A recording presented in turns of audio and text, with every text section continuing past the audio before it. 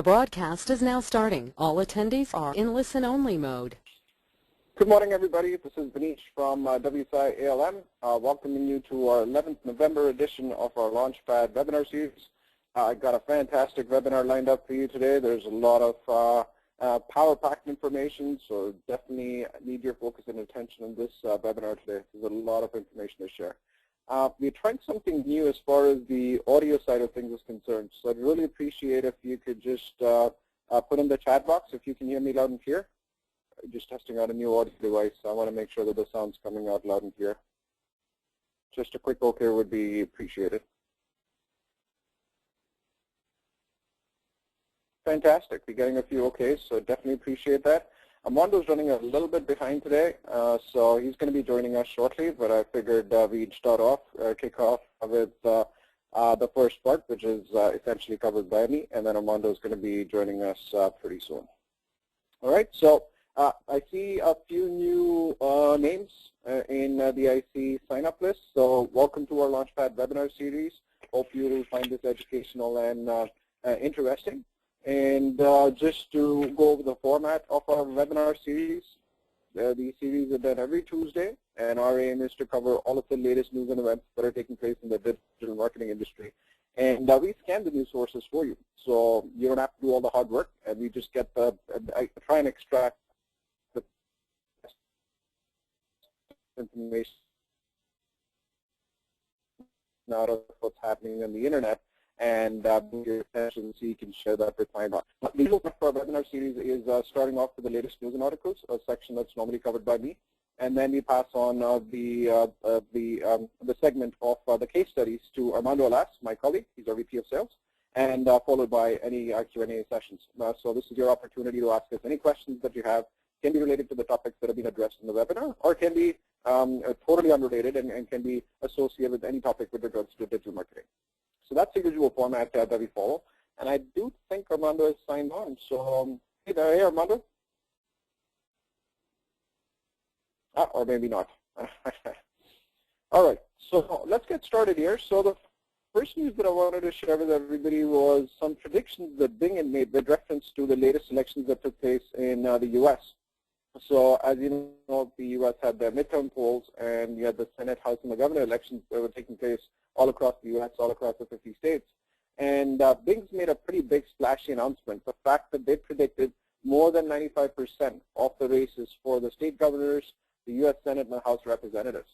So what they basically said was that they took a lot of information from search, from social, so they were crawling their algorithm, their data sets, all the information that they were picking up, and then they'd made their own predictions based on what they were seeing in terms of the internet chatter that they were picking up on Bing and associated properties.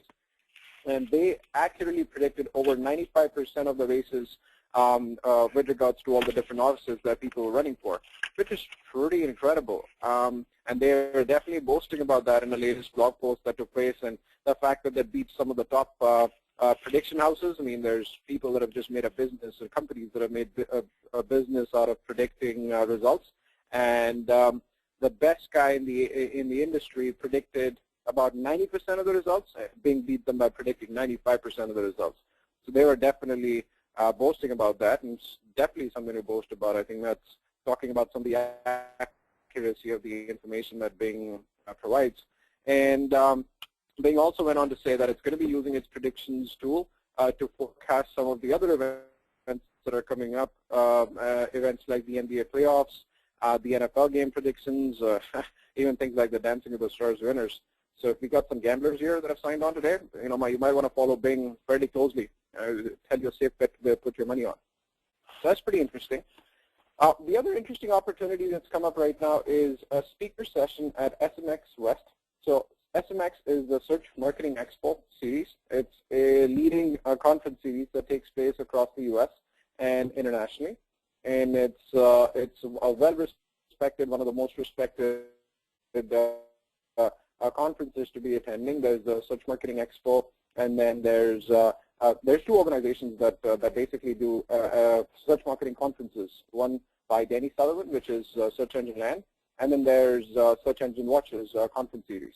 So these are the two conference series that are widely respected, well-regarded in the industry. And there's a speaker slot that's actually opened up for one of the SMX West expos that's coming up. I'm actually going to take you to the exact link here.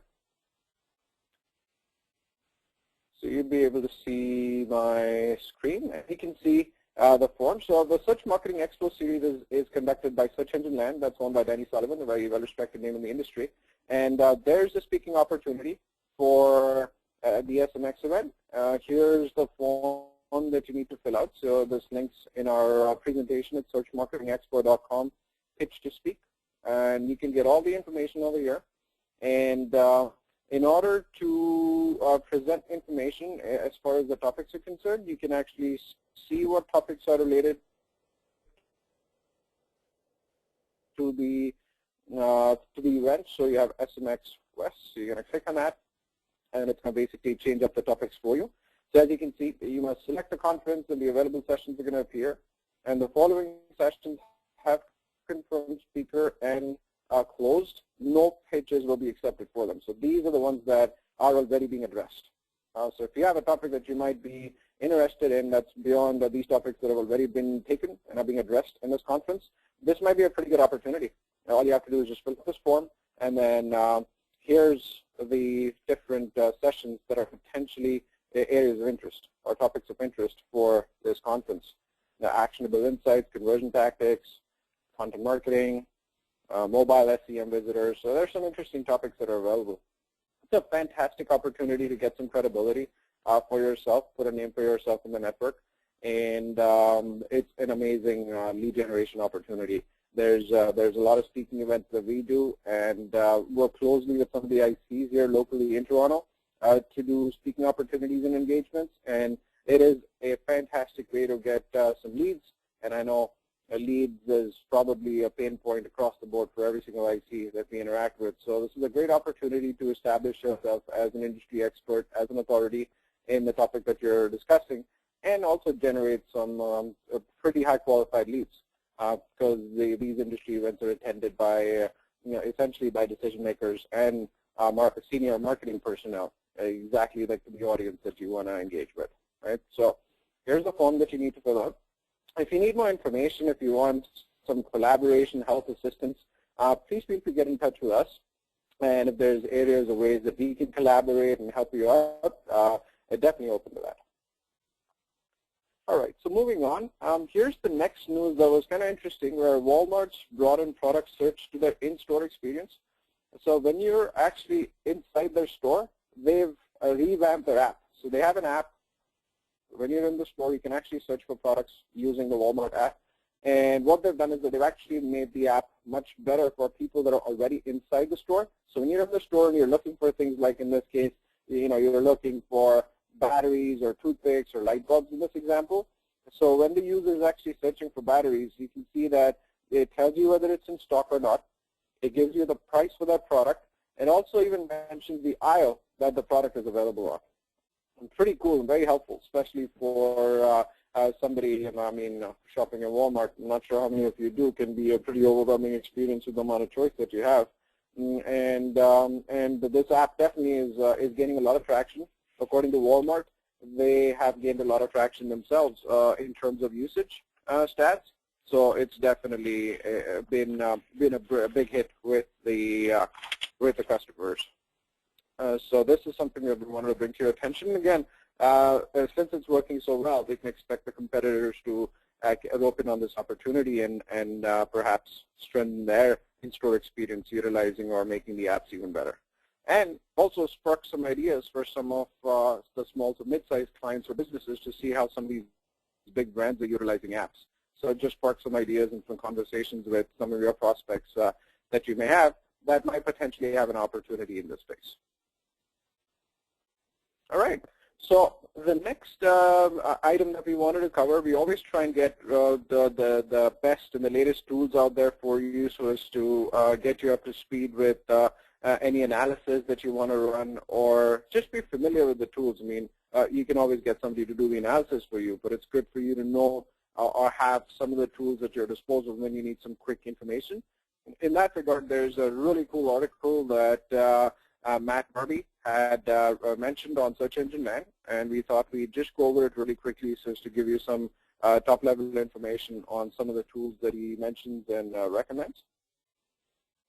So the links on our screen here. So it's Search Engine Land, 37 awesome tools get SEO campaigns. Essentially, there's 37 awesome tools that he's recommending, Matt's recommending for an SEO campaign.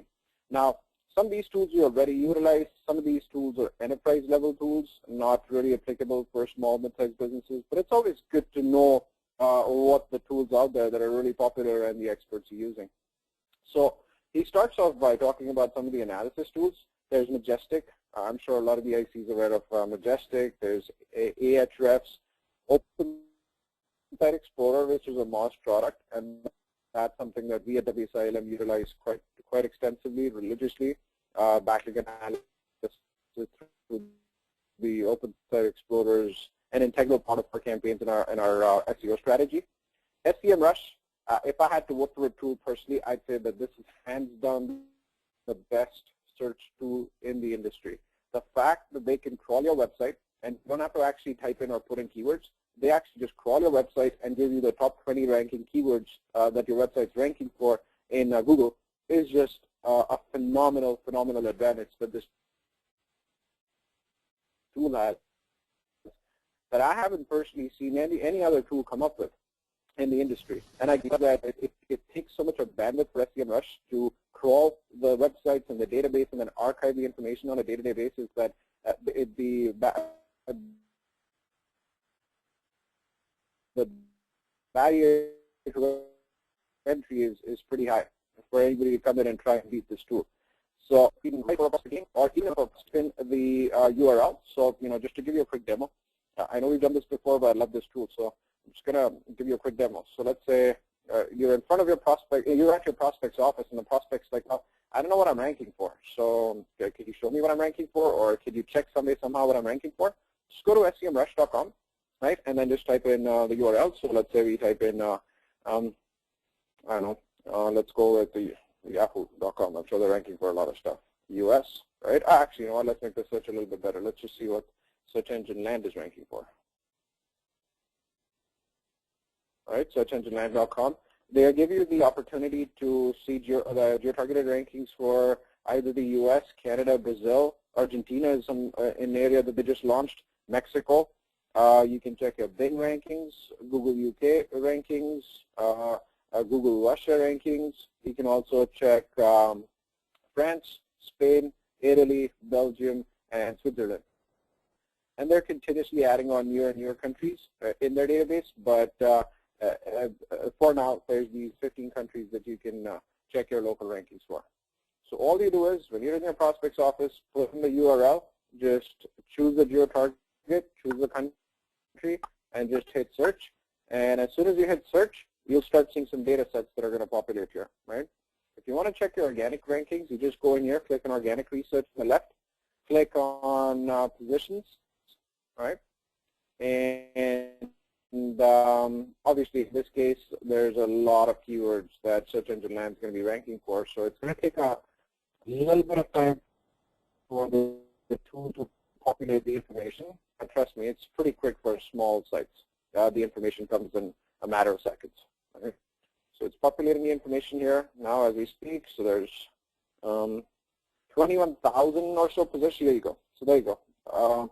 As you can see, this website is ranking in the top 20 for 20,845 keywords. Pretty impressive. And it's got to be because it's a news website, so there's always new information that's coming out there. But it's ranking in the top 20 for 20,845 keywords, and you can give this information to your prospect just with a click in like a couple of seconds. And here's all the keywords that it's ranking for. If you have a prospect and you need their rank reports, just shoot us a quick email. Just email Armando or Mario or myself, or just a general mailbox at info@wsialm.com, and someone's going to get back to you, where we will actually run this report for you. We have a pro addition to this tool, so you don't need to spend the money. We have, I believe, 100 or 200 or 300 searches that you can do on a daily basis, so, and we never max it. So just give us the information, give us the website, we'll run the report for you, and then we'd actually send you across all the keywords that your prospect's ranking for in the top 20 in Google, and send this report over to you. So very, very cool tool. So getting back to the other tools, they mentioned search metrics, BuzzSumo, Nerdy Data, Euro Profiler. Screaming Frog is a great tool if you're really into SEO yourself. Personally, it's a fantastic tool. Longtail Pro is another interesting data. It pulls in data from Moz and gives you some good long-tail information about your keywords. Quantcast, SimilarWeb, these are all analytics-related tools. Follower Wonk, again with Moz, it comes in as a part of your Moz tool set. Create for searching for influencers, tracking success of your Twitter campaigns. It's pretty cool in that sense. So these are some of the ones we wanted to mention, and then there's link prospect and acquisition tools that Matt talks about. BuzzStream is an enterprise-level link prospecting or an acquisition tool. So if you do have high-end clients that are spending, I would say, upwards of $3,000 or $4,000 a month on SEO, is when this tool becomes really beneficial because you can do fantastic outreach with BuzzStream, and it essentially automates a lot of your link building processes. So it's a pretty cool tool where it scans the internet, finds link building opportunities for yourself, and then there's a whole platform in it where you can actually do outreach utilizing BuzzStream. It talks about Hero. Hero is good. It basically showcases opportunities where reporters need help and assistance on stories that they're covering. So you can put yourself out there, help out a reporter, and in the meantime, at the same time, get some coverage for your own business. All right. The other one that we wanted to mention was the WhiteSpark Citation Builder. Again, I'm just going to open this really quick. Fantastic tool once again. This is probably the best tool when it comes to local citations. When you're trying to look for local citations in your industry, it is one of the best tools out there. It basically, you just put in the website URL, and seems to be acting up here. Let's just go through Google, WhiteSpark. And again, we've covered this tool quite extensively in our previous LaunchPad webinars, but I just wanted to showcase this tool for you. We use this as an integral part, again, of our link building activity. So whenever a campaign comes on and we want to search for citations, we log into the tool, put in the website, see what potential citation opportunities are available, and what the competitors are utilizing as far as citations are concerned, so that we can reverse engineer their success and utilize the same tactics for our own success. Right? So this is the tool that I was mentioning, WhiteSpark's local citation finder tool. Funny enough, you can even use them for link building. They charge, I believe, $4 a link. So it makes sense to go through a production center that actually utilizes WhiteSpark. We only charge like $1.75 a link, and we use the same tools. So it makes sense to go to a PC. These guys obviously, have more labor expenses. They're based out of Canada. All their entire teams in Edmonton. So that's how basically they do the work. But the tool's fantastic. Great tool for local citation building. The other ones that they mentioned, performance measurement, they mentioned Google Analytics. So this tool we wanted to kind of give you a special mention on, and we're testing this right now so as to incorporate this in our campaign reporting that we give to the ICs. It's called Siphy, and the Siphy tool basically creates some pretty good-looking dashboards, some pretty impressive dashboards, depending on what information you're looking for, right? So one of our important pieces of information is web analytics, right? So here's an example of a dashboard that Siphy pulls up when it comes to the analytics, right? Again, boring white interface for Google Analytics can be spiced up, spruced up, and the data is all about presentation as well to your clients, right? So, look at how nicely the data is kind of populated and presented over here, where you can see your metrics, and all these dashboards are totally customizable. So this is something that we're testing out right now internally, trying to see how we can incorporate this in some for reporting, enhance our reporting, make it visually a lot more appealing and attractive. So I just wanted to kind of mention this particular tool to everybody that signed on to this call today. It's a tool that we're testing out for dashboard reporting. And then there's SERP Book, which is a rank tracking software, and then there's Authority Labs, which is also a rank tracker tool that Matt mentions. again, a pretty useful source for information with regards to tools. Just thought we'd share this with you. So the next piece of news that we wanted to talk about and spend a little bit of time on was a recent WSI Google Health Check that was conducted by Home Office. And I'm not sure if you missed it or attended it, because this webinar that WSI had done in conjunction with Google was unfortunately clashing with our LaunchPad webinar last week on Tuesday, because it was done at 11 o'clock. And we reviewed the information. The information that was presented in this particular session was absolutely invaluable. It was really terrific information, especially if you're doing PPC for your clients. This WSI Google Health Check that was conducted brought about some really interesting data and a huge amount of opportunities that a lot of the accounts were not capitalizing on that they talked about, right? So we just wanted to take a few minutes and just go over this data set that was presented in that meeting. So I'm just going to open this up.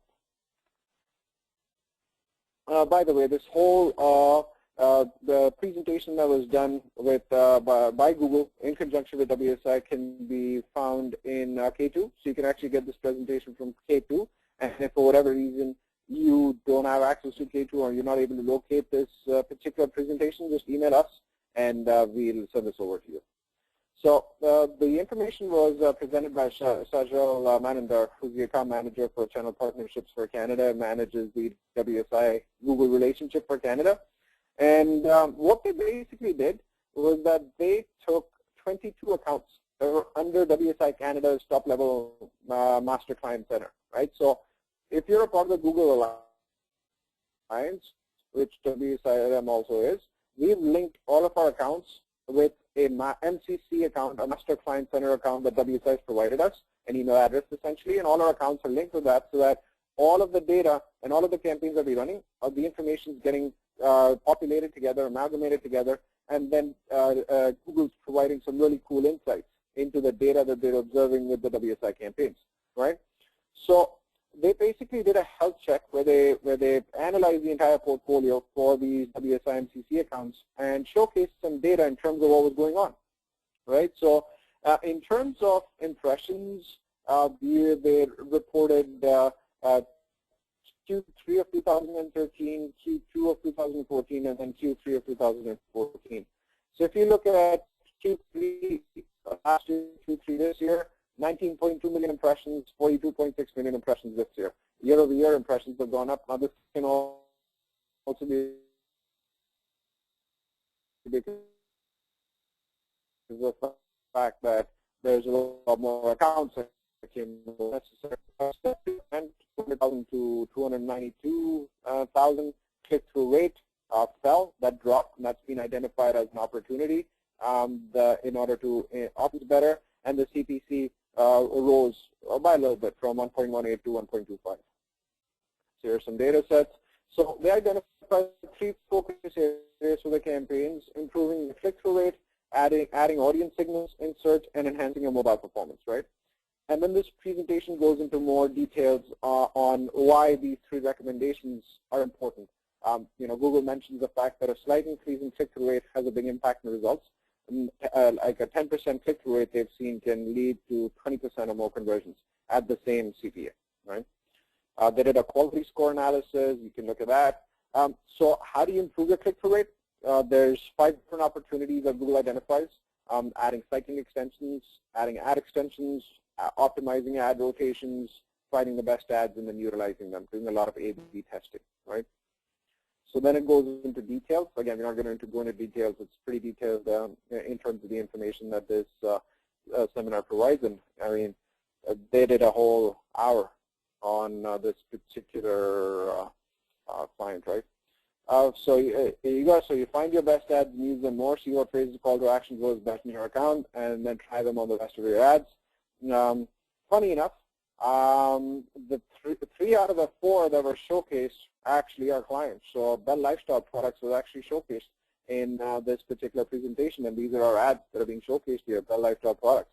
So it's pretty cool that they showcased our performance here, which is awesome. All right, adding audience signals in search, remarketing lists. So we covered a fantastic article that was showcased last week in Search Engine Land, how you can actually make remarketing even better. And you can do some pretty heavy-duty advanced remarketing with different tactics. So we covered that quite extensively in our last previous webinar. And then they talk about case studies, and then focusing on mobile performance. It's all about the mobile right now. And here's the big prediction. And funny enough, we actually have a slide, an information piece that's talking about this and giving you data. In 2018, ad spend in mobile is going to be greater than desktop. So if your client sites, your prospect sites are not mobile friendly, huge, huge opportunity to upsell. Everybody should be sold a responsive website immediately. That's like, and there's enough data in the marketplace to back that up.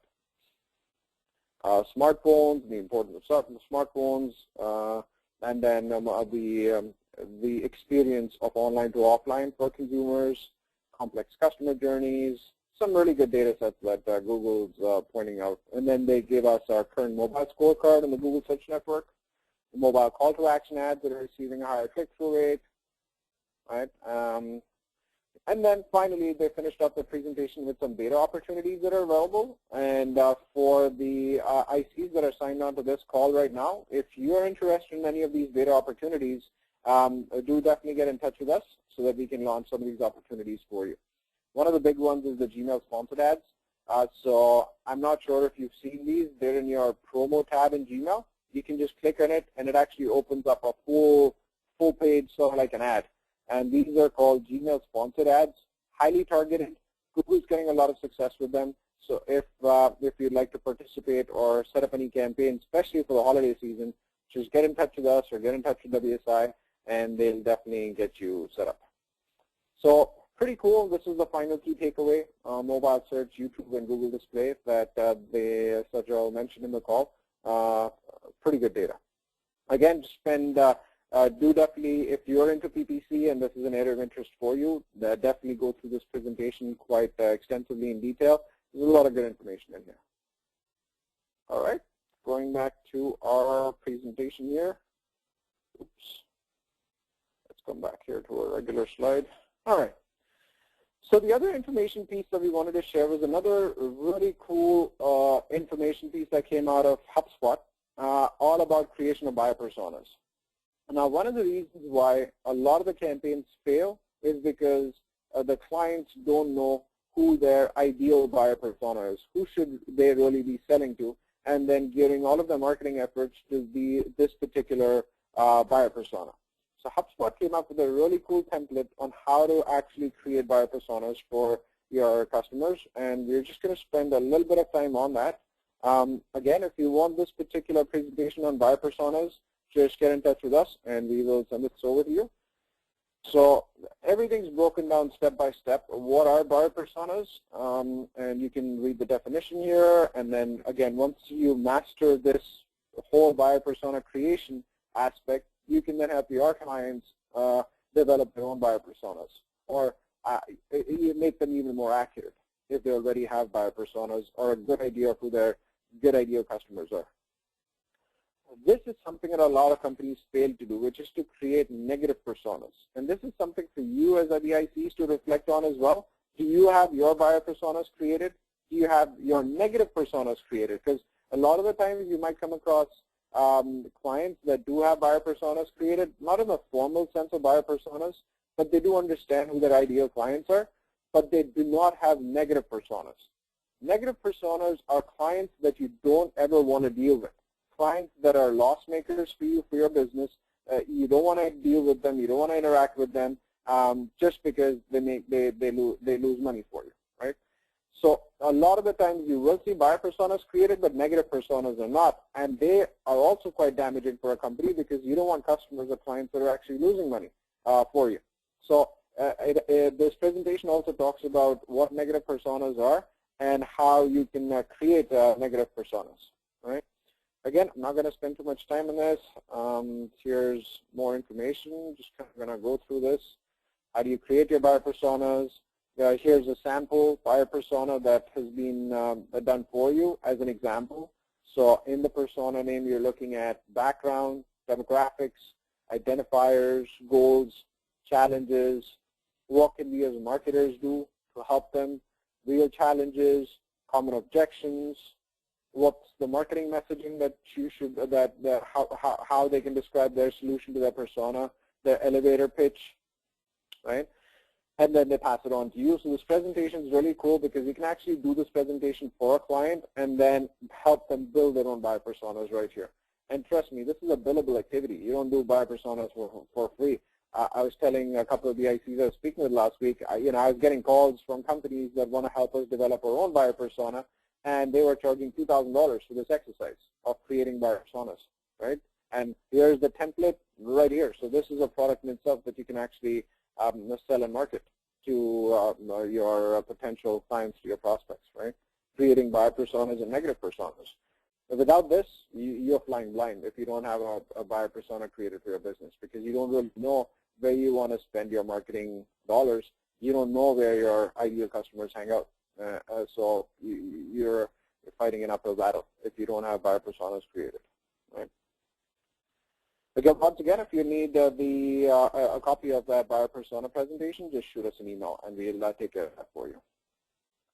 All right, so the other news that we wanted to showcase was Alibaba. As you might know, that this was in the news recently for the huge IPO that they did. It was a $45 billion IPO that Alibaba did on the NASDAQ, very successful. And their latest news is that they did $2 billion in sales in the first hour to commensurate sort of like the Chinese New Year and China's holiday shopping begin. They did $2 billion in sales in the first hour. And for the ICs that haven't been to the Alibaba site recently, here's what it's looking like right now. I mean, I'm not sure when you were last on the website, but it's a pretty cool website on how they've sort of like shaped it all up and got two nice little categories for buyers, for suppliers. You know, if you want to become a supplier in Alibaba, here's the different membership options that you have: a gold supplier, verified, unverified supplier, and then all these different categories that they have where you can basically start buying or selling, right? So here's their categories that they have. It's going to take you in the categories in a sec. So just go to Alibaba.com. So you have all of these different categories, and then you can drill down by any sort of category. Like if you're looking at electronics, you're looking at laptops, just click on that, and then there you go. You'll see all of your different suppliers that are selling laptops. Pretty cool. So they've made it very intuitive, very user-friendly, and of course, getting the success that they deserve. All right. Here's the news item that we wanted to talk about that Google had mentioned in their presentation, which was digital is to overtake TV ad spending in the next 2 years, according to Forrester. Right? So it's supposed to be hitting $103 billion in 2019. That's going to represent 36% of all ad spending. TV is going to go down to $85.8 billion in 2019. Digital is hitting $103 billion. So you're going to have this whole transition, which is finally going to complete, because it's getting there slowly but steadily, where TV share is eroding, digital is increasing, and in 2019, reality is going to hit in. Digital is finally going to be overtaking TV as the highest spending marketing medium at $103 billion. It's pretty cool stuff. And you can see a breakdown of predictions here on the different areas of digital that are growing. As you can see, search marketing is the area that's growing the most, with $45.3 billion predicted in 2019, display, social, and then email marketing. Search marketing, as you can see, huge, $45 billion in 2019, right? Again, in the right industry, just got to tap into the right clients and the right database. Awesome. I think Armando is signed on by now. So Armando, if you're there, I'll pass it on to you. He's got a pretty interesting slide on difficult SEO clients that Armando wants to cover today. Over to you, Armando.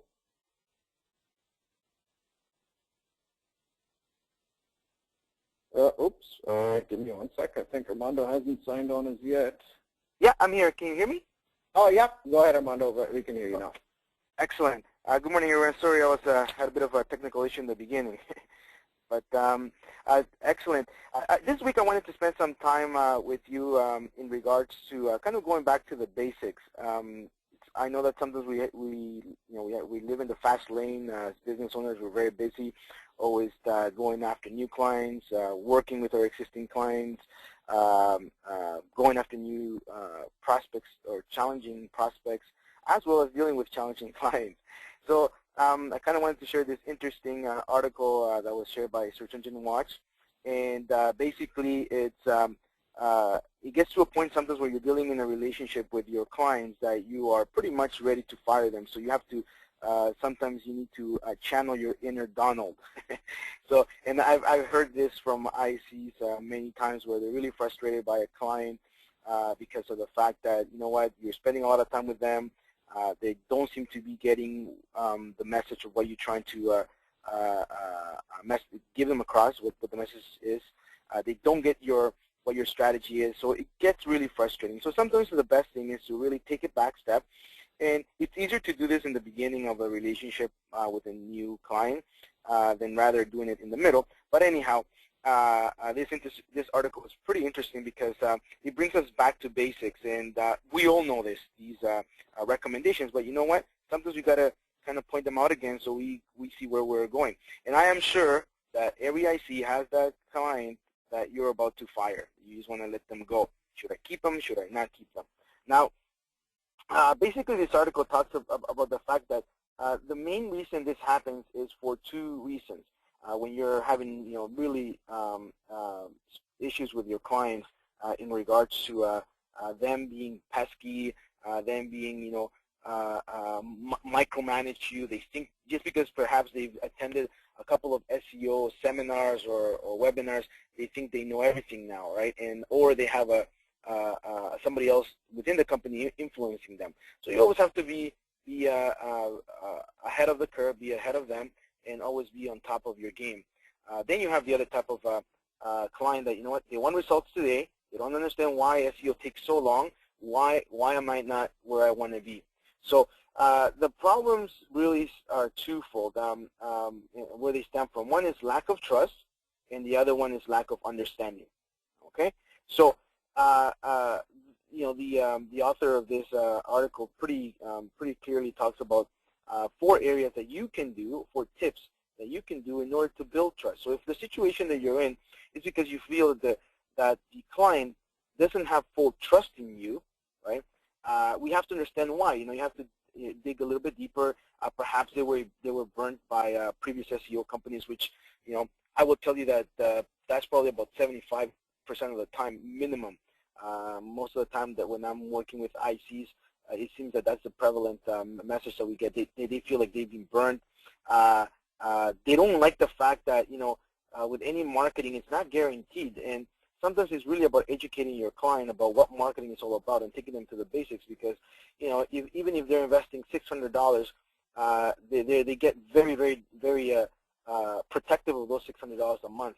So it's really about helping them understand what marketing is all about, educating them, and at the same time, sometimes that lack of trust may seem because they understand that you have other clients, they get a little bit jealous, they think that you don't have their best interests at heart. So to kind of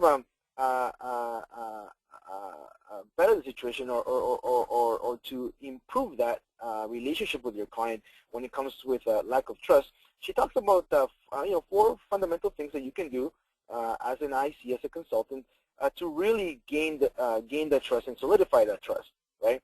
And this can happen at any time in the relationship of a client, even if you've had them for 2-3 years. Sometimes you start wondering, is my client speaking with other SEO agencies or SEO suppliers? So really, you can definitely use these tips in any point of the lifetime of your client. One of them is really understanding their overall business goals, even if they're non-digital marketing ones. So she talks about non-SEO ones, but I want to take a step back. Take it even broader and say even if they're non-digital marketing ones. So it is a good thing that on your quarterly meetings that you're setting with your clients or monthly meetings, you try to understand also what they're doing in their business and what are their goals, right? Not just understanding, okay, what are the digital marketing goals, but what's outside? What is the company trying to do? Because whatever they're trying to do outside you also want to be able to use your digital marketing strategy to support that, right? And I see that many times. I'm speaking with ICs in regards to their clients and their goals, and I'll tell you, and this is, I see a lot of ICs not even understanding what their clients' goals are overall. They just want to kind of deliver the service, and they focus on delivering the service, but they don't take a step back to understand, okay, why are we doing this?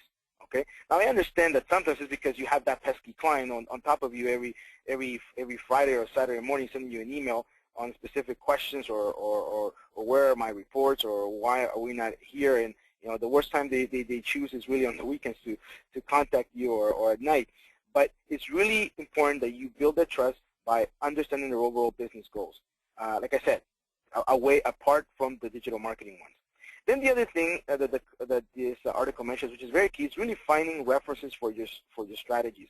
So in this case, storytelling is very important.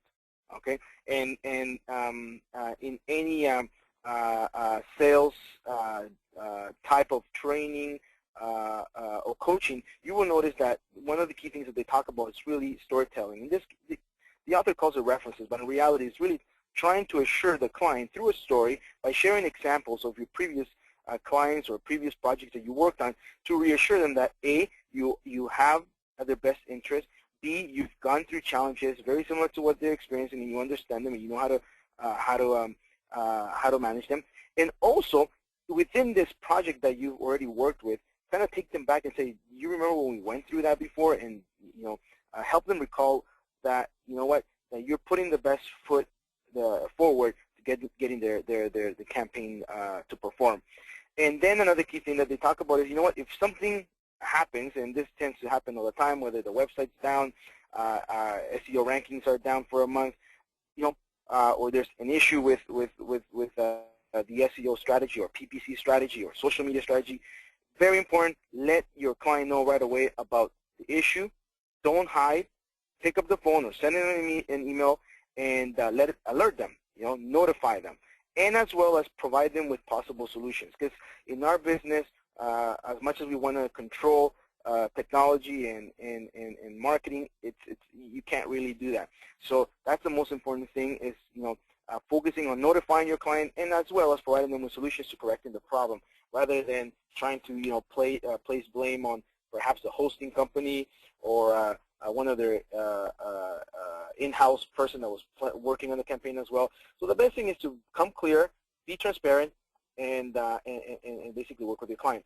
The other thing is strive to develop a personal rapport with the client. Another one that I see from time to time with the ICs when I speak with them, the matter of the fact that, simply just talking about business at the monthly meeting or strictly business on a quarterly call or any type of conversation that you have with the client, that's good, that's great. I mean, that's what you're getting paid for, as a consultant.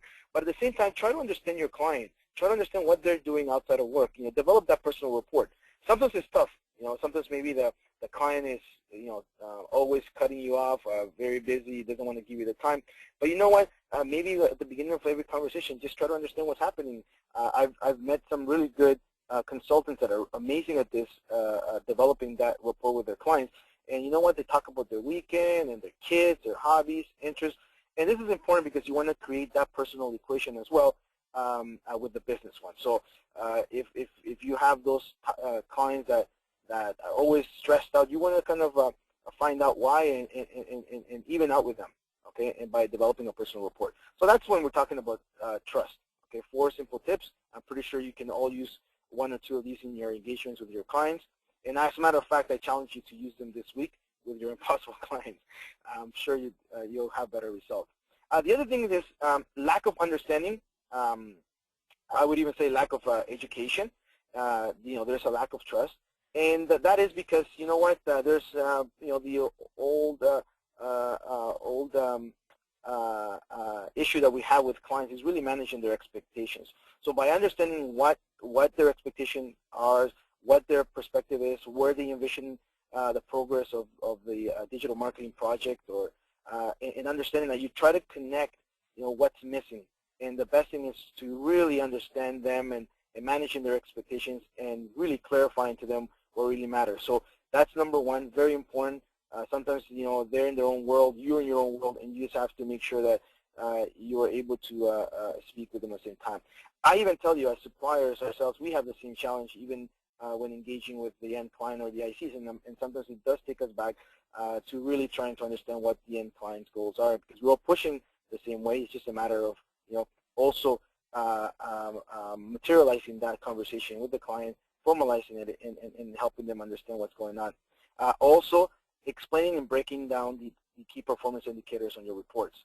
It's not just about sending out a report and saying, here's a report for last month, have a look. If you have any questions, let's schedule a call. No, it's really about educating them. And I know a few ICs, what they do is actually every time they meet with the client, they try to explain one KPI. You don't have to explain all of your reporting and all of the intricacies in one meeting. You break it down. So basically what you're doing is you're also adding value to the relationship with the client because you're educating them. And by breaking down this education of the key performance indicators, it basically helps you because it helps you better manage the client. So really very important is spend the time, invest in your client because once you do it one time, I'm pretty sure that client will be able to understand where you're coming from. Okay, so providing them with the visibility is important, but as well as spending the time explaining it to them. Okay. The other thing is, again, storytelling for the specific concepts that are very tough to understand. The client may not understand the latest, Panda update. They don't really care about it. They just know Panda or Penguin and all these names. The best thing is to use analogies and basically help them understand where things are, why things are moving up, why the rankings have changed, why things. It's really about educating them, and sometimes, storytelling is the best. So that's very important. And the last thing that she talked about is really sharing information in little chunks, which is very similar to explaining and breaking down the reports to your clients. Don't just send out in the ebook. It's good. It's good that you want to share the digital marketing book for the WSI digital marketing book. That's great. But maybe, maybe you send it in chapters. And I know some ICs are doing that through email marketing and are finding a lot of success with their clients. So the best thing is to really break down information for them because A, they don't have the time to kind of grasp everything at once.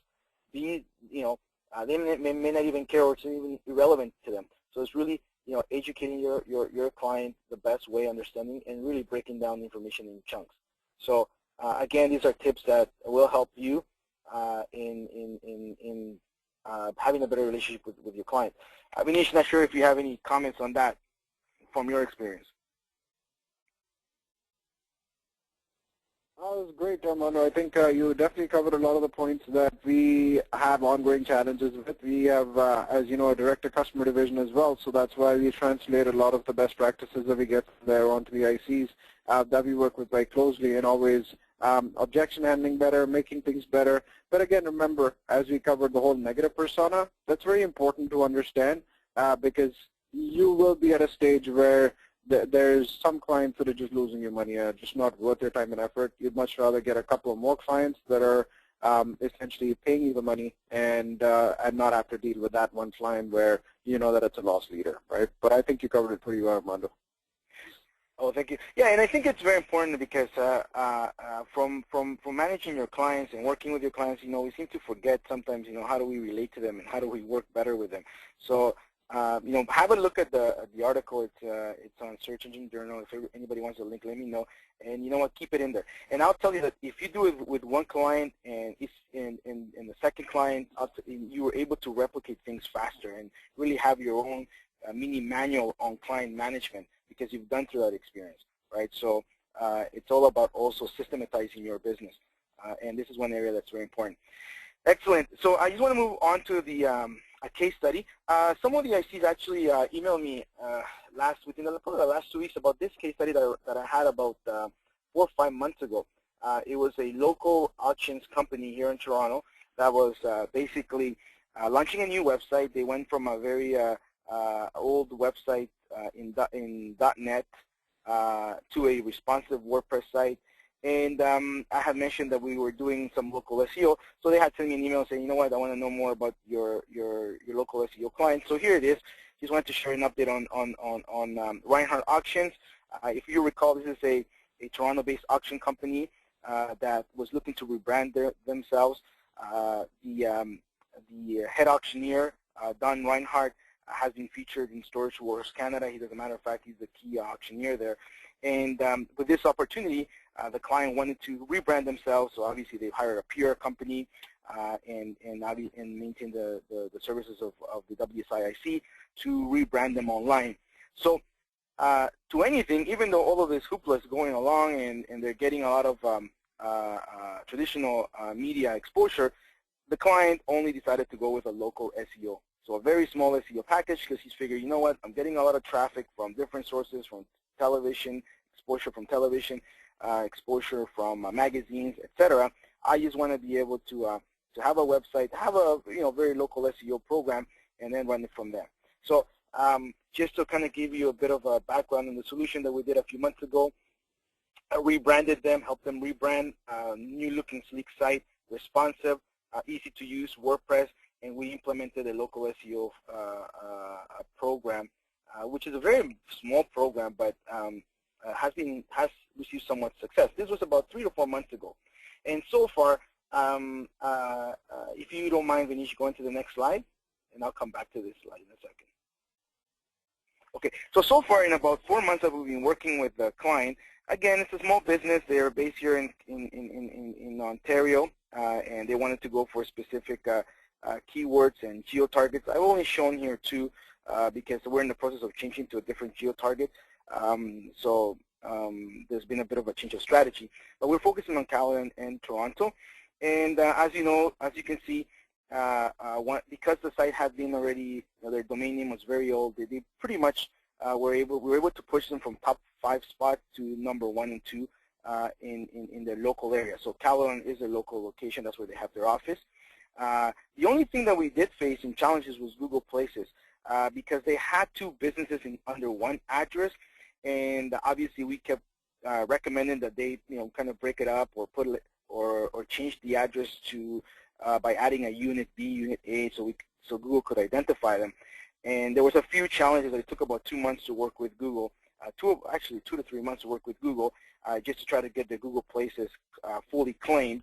On top of that, Google had placed their address marker in the wrong location. I'm pretty sure some of you have had that with your clients where they're in a specific street and you find them across the street or maybe 2 kilometers away from where the market should be. So there was a lot of issues that we had to deal with that was out of our control, basically working with Google. But we've started to see a good lift in organic traffic, specifically for Toronto. It's a highly competitive market. Obviously, it's metropolitan, and in Caledon, they're pretty much number 1. In Toronto, we're starting to see some traction after month 4. Now, the client, because he saw the result in Caledon go, pretty much very fast to number 1, top 1, top 2 spots, he thought, that the same thing was going to happen in Toronto. So we had to educate him that obviously it was a different market. He doesn't have an office location in Toronto, so we had to do different strategies to do that. On top of that, we had a very small budget to work with. Okay, but if you can see the results here, we're really working with this client, and after 4 months of ongoing SEO, he's had some really good success. When you look at the left-hand side, his overall organic search is it's in over the 4 months since August. It's lifting up. His Google organic traffic in the bottom graph, left hand bottom, you see that he's also kind of gaining traction. With a small 150-month package, this client is getting a lot of results based on the level of investment. Okay, and he's also getting inquiries, which is very important. He's getting about, I believe it's about 1 inquiry to 2 inquiries a week, which is pretty good for $150 that you're doing SEO. It's really great. I mean, you're pretty much getting about 8 inquiries, probably about 8 to 10 inquiries a month. Obviously, the ICE most likely is charging double that, so probably between $400. So it's not a bad campaign. So if you go back, quickly, sorry, the previous slide. What we learned is When you're ever working with a local client, number one thing is try to make the effort to claim Google Places from the onset. This is one of the things that we have challenges, and it's because, obviously Google doesn't make it easy to claim it, but the faster you do it, the faster you'll have results, okay? I just had an email about a week ago of a client that we were working down in Florida in retirement residential homes, and obviously the client was a real estate agent. It took us about 4 or 5 months to finally get Google Places claimed properly because the client had given the address to somebody else, bought the business from somebody else. It was a big mess. Bottom line is that the client, after 8 months of SEO, they weren't happy. Obviously, they were blaming everything but themselves, even though we tried to work with them, the IC and us, we tried to work with them to kind of get that claim. And can you believe that last week they emailed us saying, you know what, the client wants to restart. They got a lead. It turned out to be a profitable about $6,000 or $8,000. So now they want to do SEO again. So the lead that was generated through SEO came from one of the Google Places that we were trying to locations that we were trying to optimize the Google Places. So again, if you can do that from the get-go, that's one of the most important things that you have to, even if you have to sit your client there and get him to confirm by phone, or make sure that the receptionist doesn't throw that Google card or postcard from Bing or Yahoo. Please, that's very important. This is what happened with this client. That's why we're in month 4, and we're still, challenging in rankings with Google Places. Again, managing clients' expectations. You have to understand that if you're putting a budget of $300, $400 a month on SEO, you're going to expect the same results. Don't expect, astronomical, exponential results. The level of budget equates to the level of success. As a matter of fact, I'm hoping that within a week or two, I'm going to be sharing with you an adaptive SEO case study that we're with the client that we're working with, and I want to kind of share it with you also, that if the client's putting the money towards the budget, it actually generates results. So, but anyhow, just going back to this, we had to manage the client's expectations in regards to their budget. They also launched a social media strategy in parallel, which has helped the SEO campaign. They're mainly focusing on Facebook, LinkedIn, and Google+, and it really has paid off in regards to social signals and helping us also with the organic rankings. The other thing is a bit of a secret, I guess, if I can give you an advice, is if your client is in an industry where he's also advertising in free or local directories, for example, in this case, we saw that Reinhardt Auctions is actually part of a auctions website, which is also a directory, and they're getting a lot of traffic and a lot of traction from there. You know what? The IC recommended, why don't we spend a little bit of your ad dollars in there so you can get more exposure? And you know what? Even though the IC is not making any money from this advertising, it was a great idea, and the client is happy because they're generating a lot of traction and traffic in this auctions directory in Toronto. So always look for different ideas. Think outside the box to help them generate traffic, even using third-party or referral linking.